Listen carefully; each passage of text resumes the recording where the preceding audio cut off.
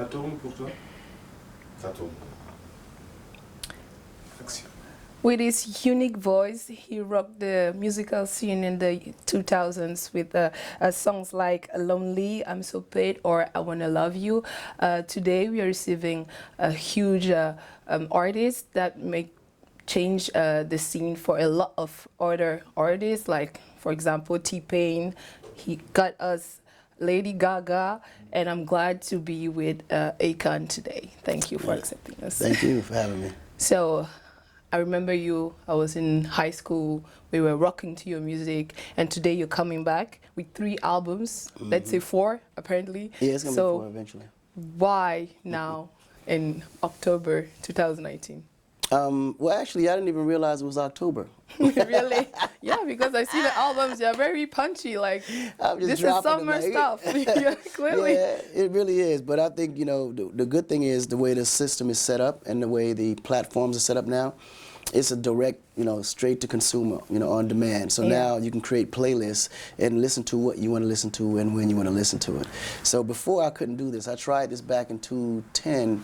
Yeah. Try to put out those group of albums, but it was no way because the system just wasn't mature enough for you at the time. But now the good thing is if you're putting out a hip-hop album, you know, you could also put out a Latin album because the Latin artists don't really communicate with hip and vice versa. So it made more sense for me to do it this way. So 3 albums, a Latin album, which is El Negrito, Afrobeat album, which is Akonda, and then a U.S. hip-hop and R&B album, which is You are Connect. that versatile. Why El Negrito, for example, Latino album?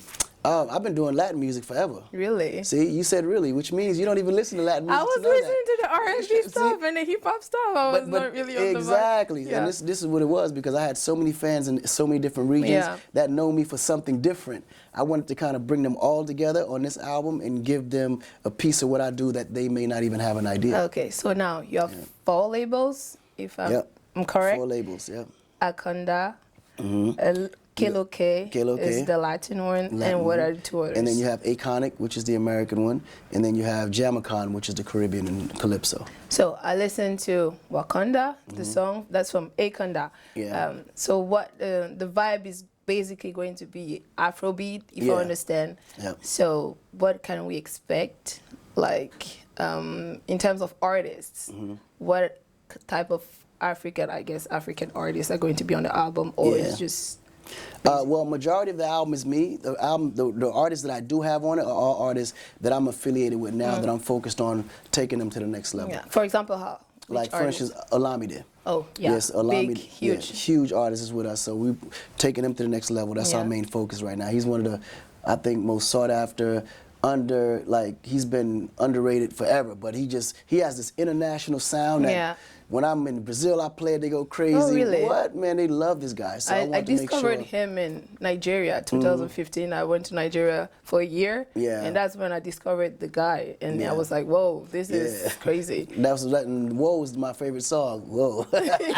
Yeah, and like in 2015, everybody was dancing to that. I was like, what is happening in this country? Yeah, you know, so he's one of those that kind of set trends. And then we have Scales, you know, and he's another one of our guys, and we're about to take him to the whole next level. And then Kiss Daniels, you know, he's like a premier R&B. Well, it's not really R&B, but for Afrobeat, it's in that lane. But he has this crazy, song that's raspy really voice. Popping these days, Akon, I think you know it. Exactly. Yeah. So, you know, all 3 of them are on the album. You know. Oh, nice. Yeah. And so, right now, where are you based? Right now, I'm based in Atlanta, and LA, and in Senegal. If I have to, those 3 places, you'll find me in one of those places. Yeah, that's a lot. And I don't know how you manage to do this, but that's a lot. Because next to all this, you have business. We have the Akon business mogul. How do you like deal with the whole music industry and then your business aside? How do you merge all that? And that it's not crazy. How does your brain really deal with all this? It's actually really easy because all my businesses kind of collaborate with each other. So practically everything that I do that's business-wise are all entertainment. The only one that's not entertainment is the Akon lighting.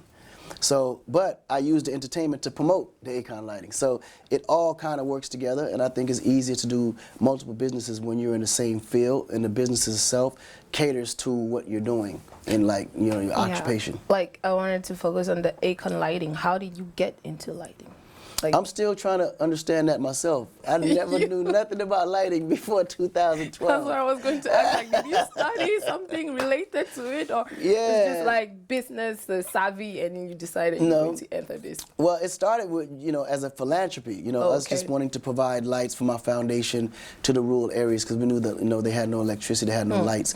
And then it turned into an actual business. And then that's when I started to learn more about it. I surrounded my people around people that was very energy savvy, and I learned myself on how this thing works, energy, the consumption of all of that. And, I don't want to get too complicated, but now I can speak like a pro because I've been around it enough to understand it. But before then, I knew nothing about energy. And like what's the scale of the Akon lighting today in Africa? It's huge now because in Africa it's already established and it's already turnkey. But now we just created an Akon Lighting America branch. Oh, where wow. now the company is in America, and within 1 year we're already grown to be the biggest, black-owned solar provider in America. Okay. And the reason is because America was fueled on oil and gas. But now they have to transition from, oil and gas to renewable, and that's where we fit in because we come in now and provide the energy, the renewable energy solutions. Okay. Let's go back to music. You haven't been given a lot of credit for really launching a lot of careers out here, and for most of those artists, are you still in contact with them? Like, let's say T-Pain or Lady Gaga or I don't know, Wizkid, for example, or Davido actually, because I know you participated in a way in launching your careers. So how do you these people? You still cool with them? Oh yeah, every single one of them. These are all my little brothers and sisters that you could say, and I still mentor from time to time. I think because the thing is, when I curated my platform, I created it to launch careers off. Okay. That was the whole thing. Like I don't tie anybody. It was not like money driven. It was everything is money driven in a way. But I don't take money from them. Oh, okay. You understand what I'm saying? I put them in position to be able to make money. Because now if I want to do an Afrobeat world tour, I pick up each one of them, and I got a lineup already, and I can make millions just doing that. You know what I mean? So my whole idea was, as long as I can launch careers, then they can be in a position to launch careers, and we can build a economy within our own circle. So I never really did it for the purpose of making money from them. I wanted to give them the game so they can give the next artist the game, and you just hope that they follow in your footsteps and create. Because my career was built off building other people's careers. True. And look where it got me. So all I can do is be an example. When you put yourself in a position to build power, you become powerful. You know what I mean? So. And today, what do you think about the impact of Afrobeat music today? I mean, it already existed in Africa. We grew up with it. We know it. But today it's like worldwide. Like there's a whole wave that's like invading all the continents. How do you feel about that? Oh man, I feel proud. I feel great, and I think that's going to be the beginning of creating a whole nother revenue model for young entrepreneurs in Africa. Like we now have to take advantage of it. We can't be. We can't be greedy, and we can't put ourselves in a position where it's like, oh, now they want to be a part of it all of a sudden because it's popular. No, promote them to be a part of it. Don't make them feel bad because now they're embracing it, because that's what we always wanted. We wanted to be able to cross our music over outside of Africa into the major markets. I think people may be afraid to lose the authenticity of the Afrobeat. But today, I don't know if I can talk about Afrobeat with the new generation. It's like more Afropop. Yeah, this is Afropop. What you're talking is Afropop for sure. So, what about that losing the authenticity? Because I come from Cameroon, for example, and a lot of artists right now, like the Nigerian sound is everywhere, for sure. And a lot of artists are just I feel like they're really tapping into that Nigerian sound and not really trying to develop their personal, the local sound in a way. So. How do you feel about that, for example? Like if you're in Senegal and you feel like there's this artist you like and he starts playing, let's say, Nigerian beats, how do you feel about that? I have no problem with it. To me, it's all the same. It's okay. Think about it like this. It's like hip-hop. It started in New York City. Yeah. Okay. Do you think hip-hop lost its authenticity? Do you even care? It grew up, it's the biggest genre in the world. You can hear hip-hop in any language, in any country, in any environment, and they do it the way they do it. So you want our music, which is Afrobeat, Afropop, to be the same. Let it grow. Let everybody adapt to it. Let them do it the way they think they should do it. Yeah, because on the internet you see a lot of these fights like, oh, this sound is Jamaican. Oh, this sound is Asian. No, we Nigerians, it comes from us. And I'm like, okay, first off, there was slave trade, and I guess Africans is the same sound that just went all over the place. Yeah, So, and the like, reason why people are adapting it from Nigeria because the Nigerians were more successful to branching it off. Exactly. So guess what? That becomes a signature sound, and so now we embrace it because the Nigerians are still Africans. What's the difference? Doesn't matter if it came from Nigeria, Senegal, Ethiopia, you know, Morocco for that matter. It's still African sound. So, like, you've been working with Nigerian artists. What do you think about the Nigerian music scene? Like, I think it's very strong. I think, but the thing is, in Africa, all the countries have a strong music scene. Nigeria, we're at the end of the day, they were the luckiest to be able to break out, out of Africa. You know, and when you look at, prime example, when you look at in Senegal, for instance, Youssou N'Dour was the first to break out of Senegal with Mala. Then he opened the door, then Baba Mala came through the door. Like, so somebody has to break through, but then the follow-up is the key. And we can't say, okay, Wizkid broke out, Davido broke out, P Square broke out. Listen, none of them wouldn't have broke out if I wouldn't have kept pushing them out. True. Who knows? You know, P Square probably would have been like, no, close the door. We want to be the only ones here. Or Wiz could have been like, close the door. I want to be the only ones. Then guess what? Davido would have never came out. True. But the key is we have to literally keep the door open so artists can continue breaking out to where we flood the market and influence the business so well to where they have to come to Africa if they want that kind of sound. So what's your future plans? What are your future plans right now? You have 4 albums coming. And is there a tour you're going to put in place?